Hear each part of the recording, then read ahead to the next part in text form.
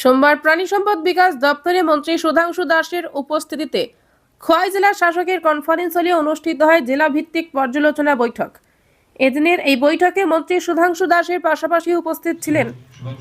24 কল্যাণপুর প্রমোদনগর বিধানসভা কেন্দ্রের বিধায়ক পিনাকি দাস চৌধুরী, 25 খোয়াই বিধানসভার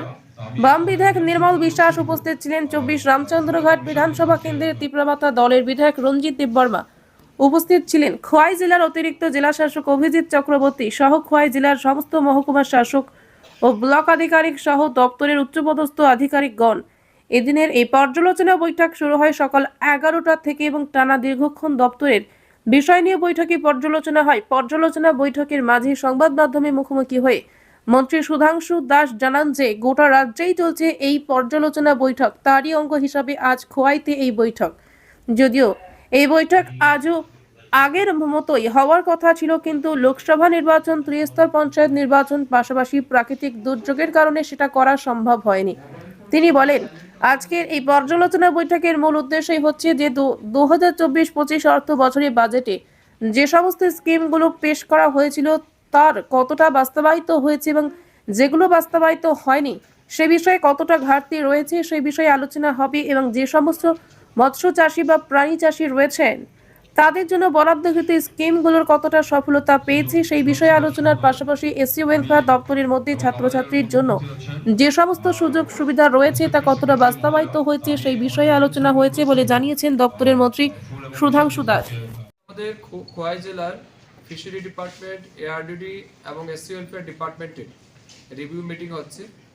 আমাদের আজকের এই রিভিউ মিটিংয়ের মূল উদ্দেশ্য হচ্ছে 2024 এবং 25 অর্থ বছরে এই তিন দপ্তরের যে সমস্ত স্কিম বা প্রজেক্ট আমরা হাতে নিয়েছিলাম, বাজেটে যেটা আমরা রেখেছিলাম তার কতটা অ্যাচিভমেন্ট আমাদের হয়েছে, কোন জায়গাতে ঘাটতি আছে,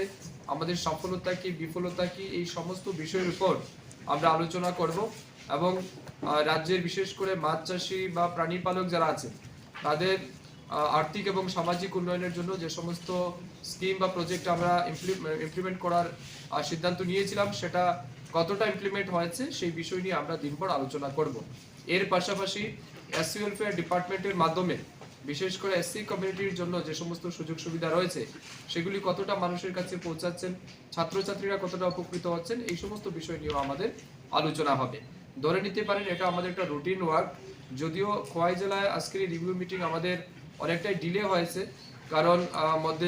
লোকসভা ইলেকশন ছিল, পঞ্চায়েত ইলেকশন ছিল, তারপর ফ্লাড, এই সমস্ত কিছুর কারণে আমাদের রিভিউ মিটিংটা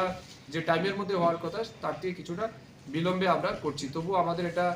সারা রাজ্যব্যাপী আমরা করছি, তার অঙ্গ হিসাবে আজকে আমরা খোয়াই জেলাতে অংশগ্রহণ করছি। আজকের এই মিটিংয়ে আমাদের সাথে উপস্থিত আছেন এই জেলার এমএলএ যারা রয়েছেন, জেলা পরিষদের সভাধিপতি, সহকারী সভাধিপতি, পঞ্চায়েত সমিতির চেয়ারম্যান, আমাদের তিন দপ্তরের